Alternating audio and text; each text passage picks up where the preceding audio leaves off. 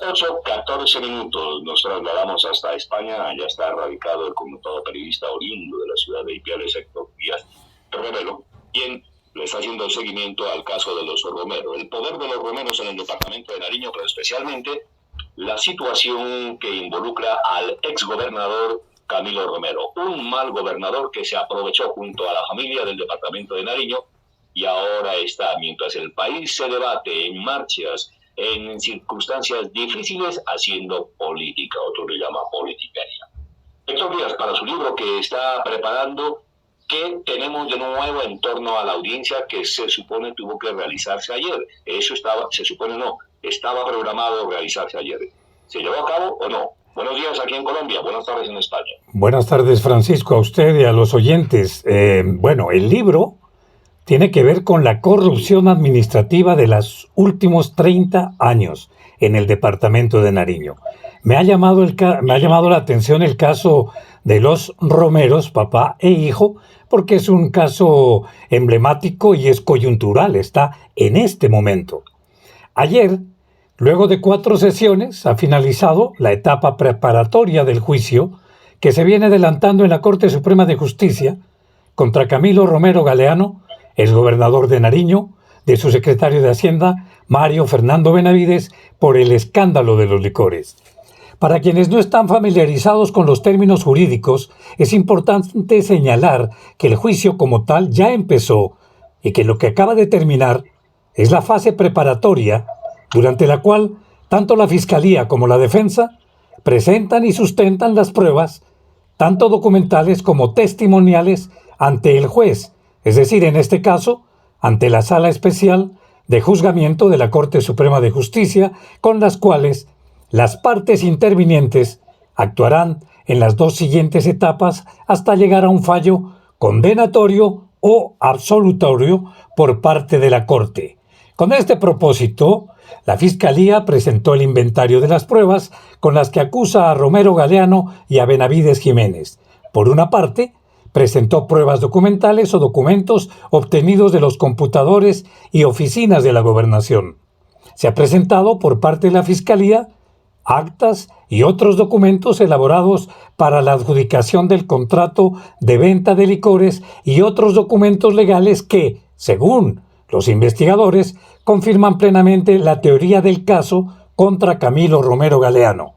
De igual forma, se ha pedido la presencia de varios testigos, entre los que se destacan Adriana Milena Amaya, para la época subsecretaria de Rentas del departamento, quien se ha acogido a un principio de oportunidad.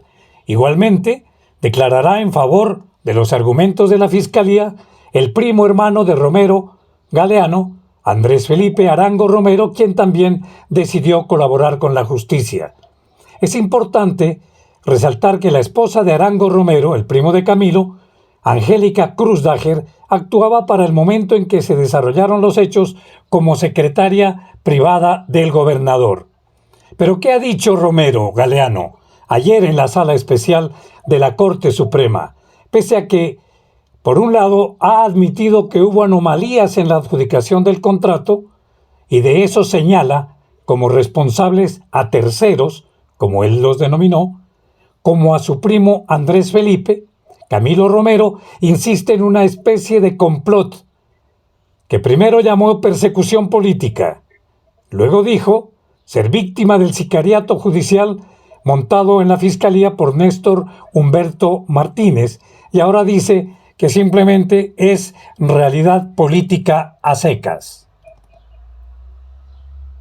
Y condenamos y rechazamos las actuaciones de Néstor Humberto Martínez en calidad fiscal general y de varios sectores afines a él. Este no es un solo caso, señores magistrados y quienes están en esta sala. 4 intentos hizo el fiscal Néstor Humberto Martínez por mandar a cárcel a Camilo Romero. Y lo demostraremos en su momento cuáles fueron, ya que han llegado esos puntos. Entonces, claro que hay un contexto, claro que hay una realidad de los hechos. Y claro que estas notas periodísticas son importantes para argumentar lo que estamos construyendo de defensa que puede constituirse en nuestra teoría del caso, que es muy distinta a la teoría del caso de la Fiscalía. Durante la audiencia de ayer, el propio Romero Galeano intervino por espacio de 40 minutos exponiendo los argumentos que sustentaban sus solicitudes.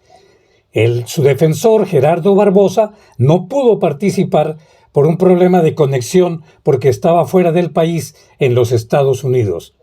El exgobernador argumentó que la presencia de líderes políticos en el juicio era para demostrar su trayectoria política y la transparencia de los actos en su vida pública y las razones por las que había recibido premios por su gestión al frente del departamento. ¡Qué cinismo! De igual forma, Camilo Romero insistió en que le aceptaran como testigos a exfuncionarios de la gobernación para demostrar que el manejo que él y sus funcionarios habían hecho del negocio de los licores había sido el mismo que se habría utilizado en administraciones anteriores. Pero para la Fiscalía y para el abogado de las víctimas, esos argumentos no fueron válidos, por lo que le solicitaron a la Corte mantener las decisiones ya adoptadas por el Alto Tribunal de rechazarlos. El fiscal Hernán Díaz Soto. El que se puede denominar complot que cree el señor Romero Galeano que existe, se debe señalar que la decisión de la Corte es ajustada a derecho, en tanto que esas situaciones políticas correlacionadas entre un exfiscal general y el procesado no son objeto de prueba, ni siquiera con una teoría de la defensa. Pues el fondo de la decisión es claro en lo que significan los documentos provenientes de los medios de comunicación como una especie de prueba de referencia que es inadmisible. Prueba de referencia que es inadmisible. El hecho de recibir premios o halagos de otros políticos, por verdaderos que sean, no eximen de responsabilidad a quienes incurren en conductas delincuenciales. Los escenarios jurídicos son distintos de los contextos políticos. Las decisiones jurídicas no pueden basarse en recomendaciones o en discursos políticos. Tienen que tomarse sobre hechos específicos, actos ciertos de los involucrados y procesos reales soportados por evidencias demostrables en los estrados judiciales. Suponer lo contrario es impartir un tipo de justicia sustentada en especulaciones y no en pruebas. Camilo Romero más adelante, como queriendo decir que lo que él supo y conoció durante el manejo de la campaña es justamente eso, lo que él supo y lo que él conoció. Entonces, ¿quiere decir que hubo algo más? Escuchemos. Ahí está el libro de ingresos y gastos de la campaña, el soporte de los informes de cuentas de la campaña, avalado por el partido Alianza Verde y por el Consejo Nacional Electoral. Un certificado de ingresos por recursos de reposición como parte del pago del crédito de financiación de la campaña adquirido por Bancolombia. Testigos que, como gerente, contador de la campaña, gente que hizo parte de la campaña, han sido inadmitidos. ¿Cuál es el argumento de esta apelación? Quiero empezar mencionando que como elemento estructurante del delito de interés indebido en la celebración de contratos, eso es lo que dice la Fiscalía, de lo que me acusa la Fiscalía, esto advierte en el escrito de acusación de manera explícita que se escogió a OLN para beneficiar, según la Fiscalía, un financiador de la campaña de la reelección. Ese es el argumento de por qué llega esto, de por qué se desata todo el proceso, de por qué estamos en este punto. ¿Cómo no permitirme entonces presentar la estructura financiera de la campaña, presentar el listado de financiadores que yo avalé, que yo conocí, que yo presenté ante el Consejo Nacional Electoral, de lo que yo sé, de lo que yo conocí? También ha dicho Romero que si se presentaron delitos tanto en la financiación de su campaña como en el trámite del contrato de los licores, él no los ha conocido y que su primo Andrés Felipe Arango lo acusa a él solo como una venganza por no apoyarlo en sus pretensiones políticas.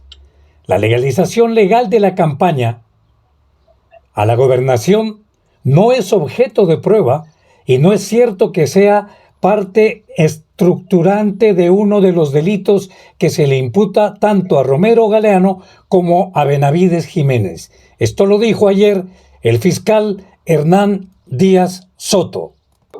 Desde España presentando el resultado de la audiencia que se realizó que alude con los elementos referidos a la financiación de la campaña, pues se tiene que decir que la financiación legal de una campaña no es objeto de prueba. Se está presentando como un objeto general. No es cierto que es el punto que estructura una de las conductas ilícitas el tema de la financiación. El asunto se limita a uno de los aportantes que no aparece en los registros. Así es que al negarse la prueba, la manera como quedó en la decisión es acorde con la ley, por lo cual esa determinación se debe mantener. Otro tanto ha ocurrido con la solicitud de Romero para llamar a los estrados a funcionarios de antiguas administraciones, aduciendo que el proceso de los licores se hizo como se había hecho en todas las administraciones anteriores. Esto lo repito porque varios de los exgobernadores ya han dado declaraciones en los medios de comunicación diciendo que no es cierto, no fue hecho exactamente igual, que hoy es diferente lo que pasó y es lo que se está investigando. Ellos nunca, hasta donde se sabe, claro, han favorecido a aportantes a sus campañas. Ellos nunca tuvieron ese lío entre el comité de crédito o admitieron o inadmitieron el crédito con cheques sin fondos. La Fiscalía y el abogado de las víctimas reiteraron que debía mantenerse la decisión de la Corte de rechazar esos testimonios. Las normas y los procedimientos que se han empleado tradicionalmente para el manejo rentístico de los licores han sido en su mayoría las mismas. Por eso, pero ese no es el punto de discusión. Le escucho, Francisco. Lo que usted manifiesta es cierto, e incluso el ex gobernador Parmenio Cuéllar Bastidas fue uno de los que dijo: de ninguna manera, vea, si él hizo lo que los anteriores hicimos, ¿por qué entonces a los anteriores no nos han investigado? Exacto. Cada vez se está enredando más la circunstancia, ¿no? Y cada vez, como dicen, para las verdades el tiempo. Los hechos lo están señalando de ser uno de los presuntos autores de este caso. Y los argumentos de la defensa, en este caso del señor Camilo Romero, son muy débiles frente a lo que escuchamos con base en los documentos que usted nos presenta. Fortaleza, duras las pruebas. Ahora, ¿cómo va a decir frente a unos magistrados? No, es que mi sobrino se está vengando de mí. Es que yo no lo ayudé políticamente. Eso no tiene que ver nada en el proceso. Esos son argumentos certeros que quizás se los manejan en campaña política, ¿no? Claro, con ese discurso, Francisco, con ese discurso, a eso le llama Camilo Romero, le llama ruptura familiar, por no haberlo apoyado.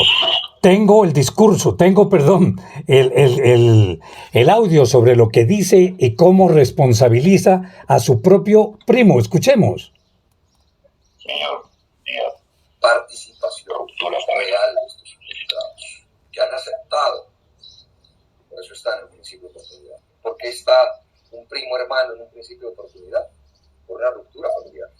Una ruptura familiar que podremos demostrar con testigos, que podremos demostrar con notas de prensa que hay, que había otros intereses en medio de todo este juego.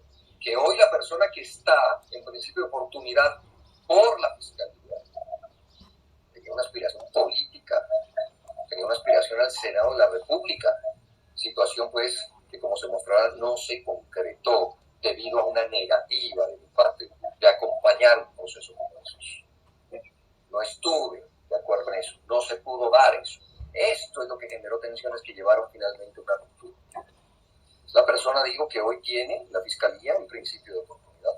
Podemos demostrar de los intereses que se tenía de una candidatura al Senado, de mis constantes desacuerdos con el actuar, de cómo se hacían cosas, así como con pruebas de la forma en que la Fiscalía, ojo, pruebas como la Fiscalía, pudo haber concertado dichos acuerdos.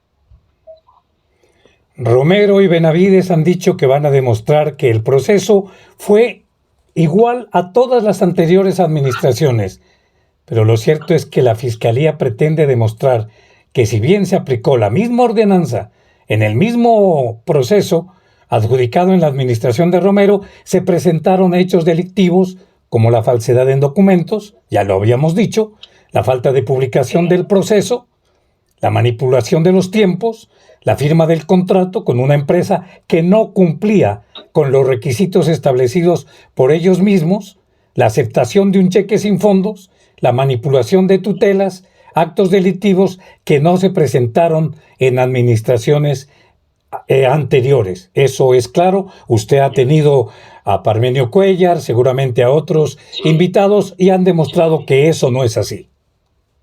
De acuerdo, muy bien. ¿Qué viene? Mejor dicho, poco a poco los hechos, las pruebas se están arrinconando al procesado. Ahora, ¿para cuándo quedó la nueva audiencia?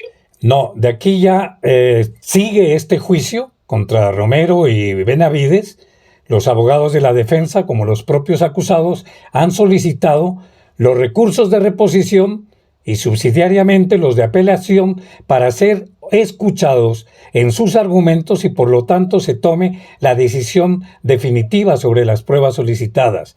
En próximos días, no se sabe cuándo, se conocerán las fechas en las cuales se anunciarán las decisiones tomadas por la Corte. ¡Ojo! Por la Corte Suprema de Justicia. Una vez conocidas tales decisiones, el juicio continuará con su curso hasta conocerse el fallo final. Muy bien. Muy amable Héctor Díaz se reveló desde España en torno a esta información objetiva, con documentos testimoniales, con voces que usted nos presenta en torno al famoso caso Romero, que el hombre está feliz en su campaña política a la presidencia de la República. Es la idea. Gracias. Es la idea, respeto a los oyentes, respeto a su medio, a la oportunidad que me da de anticipar cosas sobre lo que es mi investigación, con las dos caras de la moneda, como siempre, el uno y el otro, para poder mantener esa imparcialidad sobre lo que se escucha. Ya los detalles son extremos porque se trata del seguimiento que se hace de la audiencia. Creo que solamente estamos acreditados 2 periodistas en ese caso. Oyentes, muy amables, buen día y Francisco, un abrazo.